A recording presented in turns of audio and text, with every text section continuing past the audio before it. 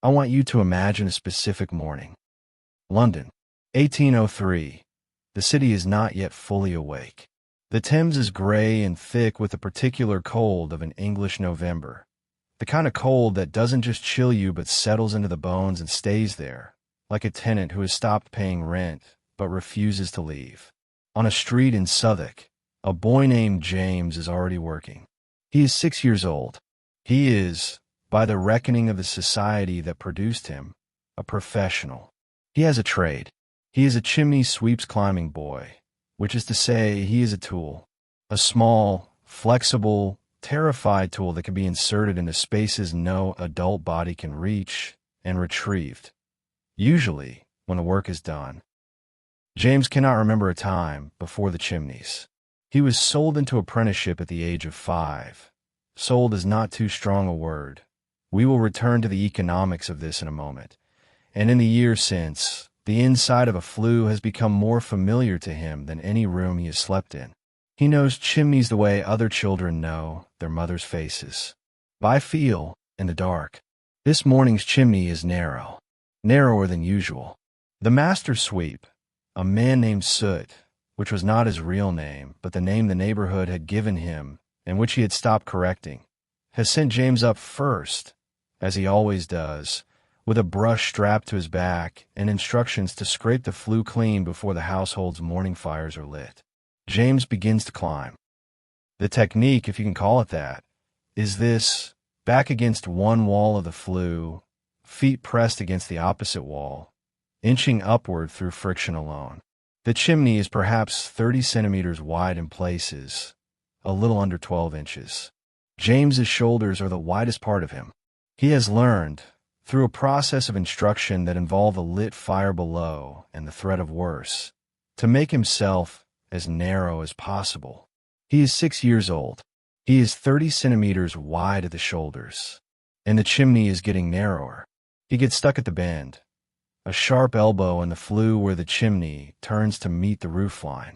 He has been stuck before. The master sweep, from somewhere far below in the hearth, shouts instructions that are largely unprintable.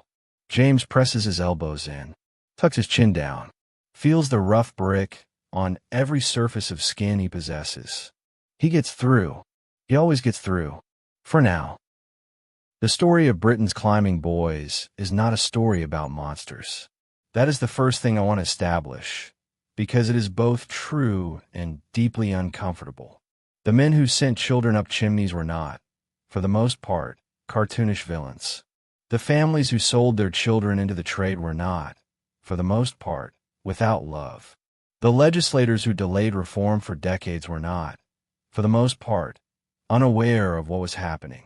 This is a story about systems, about the extraordinary human capacity to normalize suffering when the suffering belongs to people who cannot advocate for themselves, and when the economics of that suffering are sufficiently convenient for those who benefit from it. It is a story, in other words, that is not entirely over. To understand how a 6-year-old boy came to be inside a chimney on a November morning in 1803, you must first understand what London's chimneys were and what they meant. By the mid-18th century, London was the largest city in the Western world, and it ran on coal. Not metaphorically, literally. The domestic hearth was the only source of heat, the only means of cooking, the only defense against the particular savagery of an English winter. And every hearth required a chimney, and every chimney required cleaning. And the chimneys of Georgian London, built tall and narrow to draw smoke efficiently upward through the warren of interconnected rooftops, could not be cleaned by any implement that human ingenuity had yet devised, except a child. The geometry of the problem was, in the cold language of economics, straightforward. A chimney blocked with soot was a fire hazard of the most serious kind, and chimney fires in a city built largely of wood and close-packed housing were catastrophic. The Great Fire of 1666 was still a living memory in the city's architecture, in its building codes, in the nightmares of its property owners.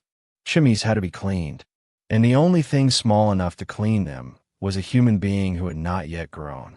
The master sweep was, therefore, not an aberration. He was a service provider meeting a genuine market demand. The climbing boy was not a scandal. Not yet, not for most of this period, but an economic necessity, as accepted and unremarkable as the coal merchant who supplied the fuel that made the soot in the first place. The supply of children to fill this role was ensured by two interlocking systems that operated with the quiet efficiency of anything that benefits enough people simultaneously. The first was poverty. London in the 18th and early 19th centuries contained multitudes of the desperately poor, and desperately is the operative word. Not poor in the modern Western sense of relative deprivation, but poor in the medieval sense. One bad harvest, one illness, one death of a breadwinner away from absolute destitution. The children of the poorest families, and there were many such families, were economic liabilities from birth. Mouths that required feeding before they could contribute. And a master sweep offering to take a child off a family's hands, to feed and house and train him in a trade, was offering something that could, in the mathematics of survival, look very much like an act of generosity. 5 shillings, sometimes less. That was the going rate for a climbing boy in the mid-18th century. The price of a child. The second system was the poor law. The workhouses and parish authorities that administered poverty relief in Georgian England had, among their many functions, the power to apprentice pauper children, children without families, or whose families had formally surrendered them to parish care, to tradesmen who would provide their board and training in exchange for their labor. The system was designed, in the genuine belief of its architects, to be humane, to give poor children a trade, to make them useful members of society rather than burdens upon it. In practice, it meant that parish overseers could and did send children as young as 4 and 5 years old to master sweeps, with the full sanction of the law, with no mechanism for oversight, and with a formal document, an indenture of apprenticeship, that bound the child to the master for years, typically until the age of 16, with no meaningful right of appeal. The law, in other words, did not merely permit this. It organized it. It gave it paperwork. And the church, that other great institution that might have been expected to raise its voice, was not, on the whole, raising it loudly. The theological framework that had survived since the medieval period, that poverty was a divine condition, that suffering had redemptive meaning, that the stations of life were ordained by providence and not to be impudently rearranged, gave the system a moral vocabulary that made resistance feel, to many who encountered it, not just difficult but impious. The children went up the chimneys. For decades, they went up the chimneys. Let us be precise about what the work actually was, because history has a habit of smoothing the physical reality of suffering into something more bearable than it was. A master sweep typically operated with 2 or 3 climbing boys. The working day began before dawn, because the chimneys had to be cleaned before the household fires were lit for the morning, and the household fires were lit early, and there were many chimneys in a prosperous neighborhood, and the sweep had contracts to keep. The boys were woken in whatever space they slept, often a cellar. Often without bedding beyond the soot sacks they carried their day's gleanings in. They were given, if they were fortunate, a piece of bread. They were expected to be ready to work immediately. The preparation for climbing involved, in the early decades of the trade, no protective equipment whatsoever. The boy climbed in whatever he wore, or, in warmer months, in nothing at all, since clothing caught on brick and impeded movement. His elbows and knees were the primary points of contact with the flue walls. New climbing boys, those in their first weeks or months of the trade, had skin that was not yet toughened by the work. The abrasion against rough brick was, for them, not discomfort but injury. The way new boys were seasoned, the word used by the trade itself, with a casualness that tells you everything about the culture that produced it, was this: the elbows and knees, once sufficiently scraped raw by the first climbs, were rubbed with brine. Salt water. The solution that the trade had arrived at for toughening the skin of a child was to apply something that anyone who has ever had an open wound will understand immediately. The boys were expected not to cry during this process. Crying was, in the vocabulary of the master sweep, weakness. And weakness, in a trade where the primary value of a boy was his willingness to enter spaces that terrified him, was not tolerated. Inside the flue, the conditions were these. Darkness, absolute. A chimney that is not currently in use is not merely dim.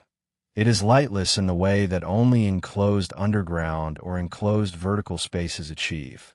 The climbing boy worked entirely by touch, navigating the flue by the feel of the walls, identifying blockages by the change in resistance against his brush. Heat, residual. Even hours after a fire has been extinguished, the bricks of a chimney retain warmth. Not always, not in every flue, but often enough that the interior of a working chimney was hot to the touch. Boys who climbed chimneys that had been insufficiently cooled sustained burns of the trade considered an acceptable cost of doing business. Soot, constant. The particulate matter that accumulated in an unswept chimney was not merely dirty. It was a compound of coal tar, ash, and chemical residues that coated every surface it touched, including lungs. Boys breathed soot in with every breath they took inside a flue. They breathed it out in coughs that the master sweeps called, with grim humor, the sooty cough, and which we would recognize, with the benefit of 2 centuries of medical knowledge, as the early presentation of occupational respiratory disease. And then there was what the physicians of the period, in the dry language of 18th century medicine, called chimney sweeps cancer. In 1775, a surgeon named Percivall Pott published an observation that would, in retrospect, become one of the founding documents of occupational medicine. He noted that chimney sweeps presented, at rates far exceeding the general population, with a specific cancer of the scrotum, a malignancy he correctly linked to their prolonged exposure to coal soot during childhood. This was, as medical historians have since noted, one of the first documented identifications of an occupationally caused cancer in medical literature. Pott's finding was published. It was read. It was discussed in medical circles. And the boys kept going up the chimneys for another 60 years. The chimney itself had moods, if you were climbing boy. There were good chimneys and bad ones. A good chimney was wide, straight, recently swept, a relatively quick ascent, a manageable blockage, a descent completed before the knees began to bleed. A bad chimney was narrow at the bend, poorly maintained, with deposits that had hardened over years of neglect into formations that resisted the brush and had to be scraped loose with the boy's own hands, inch by inch, in the dark. And then there were the chimneys in which boys got stuck. Getting stuck in a flue was not unusual. It was, for boys who worked the narrower chimneys of older Georgian buildings, an occupational regularity. The procedure, when a boy became wedged, when the bend proved tighter than his body, when the accumulated soot of years created a bottleneck that his passage had disturbed into collapse around him, was for the master sweep, far below in the hearth, to shout encouragement. If shouting failed, there were other methods of encouragement. The lighting of a handful of straw below the stuck boy, just enough smoke to motivate, the sweep would explain, not enough to cause real harm, was documented practice. Whether the distinction between motivating smoke and genuinely dangerous smoke was always carefully maintained is a question the historical record does not answer with any comfort. Boys died in flues. Not frequently. They were valuable tools, and damaged tools represented lost investment, but it happened. They were recovered with difficulty through the laborious process of breaking through the chimney wall from outside, which destroyed the chimney and was therefore avoided whenever possible. The boys' comfort, in this calculation, ranked below the chimney's structural integrity. At the end of the working day, the climbing boys returned to wherever they slept. They were, if the master sweep was of an average disposition, fed something, bread, perhaps a thin soup. They were not bathed. The removal of soot required hot water, and hot water required fuel, and fuel cost money. The boys went asleep in the soot they had accumulated during the day's work. They breathed it through the night. They woke in it the following morning. Their skin, over months and years, changed. The soot worked into the pores and stayed there. Boys who had been light-skinned when they started became permanently darkened. Not dramatically, not completely, but enough that contemporaries remarked on it. The chimney was writing itself onto them, claiming them. I said at the beginning that this is not a story about monsters. I want to complicate that statement now, because it is only partially true. The people who perpetuated this system were not monsters, but the system itself, the machine of economics and law and theological convenience and political inertia that sent children up chimneys for over a century after the harm was clearly documented. That system had monstrous effects. And the distinction between a monstrous person and a person who operates a monstrous system without sufficient resistance is one that I think deserves more scrutiny than it typically receives. People did speak. Let me be clear about that. Jonas Hanway, a merchant and philanthropist, campaigned against the treatment of climbing boys from the 1770s onward, and his efforts contributed to the Chimney Sweepers Act of 1788. The act required that climbing boys be at least 8 years old, that they be baptized, that they be given a day off on Sundays. It was, in the vocabulary of the reformers who passed it, a step forward. It was not enforced. There was no mechanism of enforcement. The act existed on paper and nowhere else. And the climbing boys continued to be sent up chimneys at 5 and 6 years old, continued to work 7 days a week, continued to sleep in soot. William Blake wrote about them in 1789 and again in 1794, in poems of such compressed fury that they have survived 2.5 centuries and still land like a fist.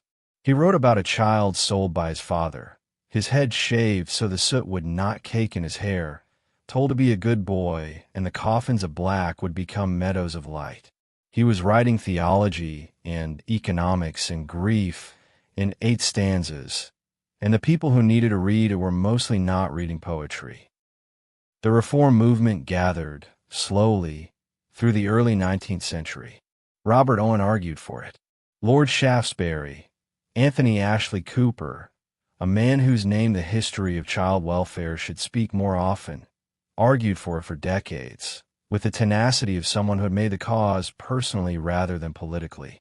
And Parliament resisted, not out of cruelty, mostly, out of something more familiar, the genuine, sincere, thoroughly convenient belief that the problem was either not as bad as claimed, or that the proposed solutions were impractical, or that the market would resolve it in time, or that legislation would set a dangerous precedent of interference in private economic arrangements. The arguments against reform in the House of Commons in the early 19th century have a grammar that anyone who follows contemporary policy debates will recognize immediately. The machine that produces children as instruments always has a grammar. It changes its vocabulary across the centuries. The grammar stays the same. Here is the question I want to ask you directly. You're not a monster. I'm not a monster. We are people of average moral seriousness, which is to say, we are troubled by suffering when it is placed directly before us, and we are less troubled by it when it is happening at a distance, or when our economic life is entangled with the system that produces it, or when it has been sufficiently normalized by the culture around us that it no longer registers as unusual. What, in your own world, in the system of production and consumption that your daily life participates in, is the chimney? What is the narrow, dark, abrasive space that someone small and unable to advocate for themselves is navigating right now, in order to produce the comfort that you and I take for granted? I am not asking this rhetorically. I am asking it because I genuinely do not know a clean answer, and I am suspicious of anyone who claims they do. The legal history of the climbing boys is a study in the gap between legislation and reality, and in how long that gap can be sustained when the people suffering from it are children, and when the people benefiting from it are propertied adults with access to Parliament. The 1788 Act, as I have noted, was not enforced. The 1834 Act prohibited the use of boys under 10. It was, for the same reasons as its predecessor, not meaningfully enforced. The 1840 Act prohibited the use of boys under 21 for chimney climbing, which, if enforced, would have effectively ended the practice. It was not enforced. The magistrates who might have prosecuted violations were often the same men who employed climbing boys to clean their own chimneys. The conflict of interest was not considered remarkable. The mechanical chimney sweep, a device that could clean a flue without inserting a child into it, had existed, in various forms, since the late 18th century. A man named George Smart had developed an effective version by the 1820s. The device worked. It was cheaper, in the long run, than maintaining climbing boys. It did not require feeding or housing. It did not develop occupational cancers or get stuck in bins. The trade resisted it. Master sweeps argued that the machines damaged chimneys, that they were less thorough than boys, that customers preferred the traditional method. These arguments were not entirely without foundation. The early machines were imperfect, but they were sustained, with remarkable persistence, long after the machines had been improved to the point where the arguments no longer held. The real argument against the machine was the one that was never stated directly. The machine could not be purchased for 5 shillings from a desperate family, bound by indenture for a decade, and sent into danger without legal consequence. It was not until 1875, after a 10-year-old boy named George Brewster died in a chimney in Fulbourn, and his master, a man named William Wire, was prosecuted and convicted under an act passed the previous year, that the practice effectively ended. George Brewster's death was not the first. It was not the most terrible, but it happened at a moment when the machinery of reform had finally, after a century of effort, produced legislation with actual teeth. George Brewster. He was 10 years old. He died in a chimney in Cambridgeshire in 1875. His name is recorded, not because history was particularly interested in him, but because his death served a legislative purpose. He became, in the machinery of reform, useful, which is a bitter word to apply to a dead child, but it is the accurate one. The children whose deaths served no legislative purpose are not recorded. I want to return to James. James, who is 6 years old, on a November morning in 1803, making his way down from a chimney in Southwark that was narrower than usual at the bend. He makes it down. He always makes it down. He will make it down for another 4 years, until he is 10 and his shoulders have grown too wide for the narrowest flues, and he is no longer useful to the master sweep in the way that he was, and he will be put to other work or turned out, depending on the master sweep's calculations.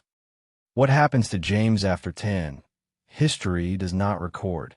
The children of the climbing trade do not generally leave records. They did not write memoirs. They did not give evidence to parliamentary committees, except in the rare cases when reformers arrange for their testimony. And even then the testimony is filtered through the purposes of the people who recorded it. What we know is what the bodies of former climbing boys showed when they came to the attention of medicine: stunted growth, the perpetual crouching in narrow spaces, the inadequate nutrition, the years of physical stress during the crucial period of skeletal development, left its mark permanently: damaged knees and elbows, eyes chronically irritated by soot, lungs that wheezed, and, in those who lived long enough, the cancers that Percivall Pott had identified in 1775 and that continue to claim climbing boys well into their adult lives, long after they had left the chimneys behind. The chimney did not leave them when they left the chimney. It had written itself into them too thoroughly for that. The reformers who eventually ended the practice, Hanway, Blake, Shaftesbury, and the dozens of others whose names the history books mention less often, did something that seems simple but is historically quite rare. They looked at children who had been made invisible by their usefulness, and they insisted on seeing them, not as tools, not as the necessary cost of warm rooms and clean chimneys, but as people, small people, people with limited vocabulary and no political power and no ability to advocate for themselves, but people whose suffering was not a theological necessity or an economic inevitability, but a choice, a collective, ongoing, continuously renewable choice that society was making every morning it sent them up the flues.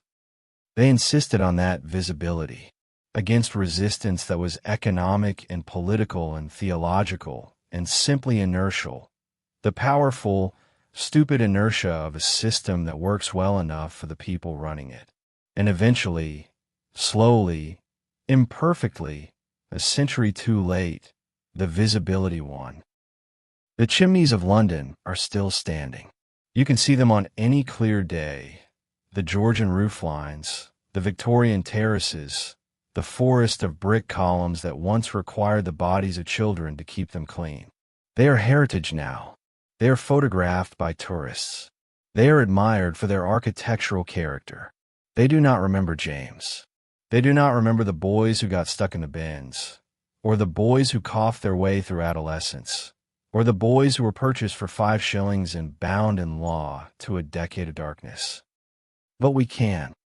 The least that history owes them is the honesty of looking at what was done and asking, without the comfortable distance of 2 centuries, without the self-congratulation of people who arrived after the problem was solved, how a society that considered itself Christian and civilized and humane looked at children in chimneys and decided, for 100 years, that the cost of change was too high, and then asking, carefully, honestly, without comfortable answers, whether we are entirely certain we have stopped making that calculation. This has been a History's Children Deep Dive documentary. If this story moved you, if James moved you, share it. Because the children we have spoken of today had no voice that history chose to preserve. Yours is the only amplification they have left.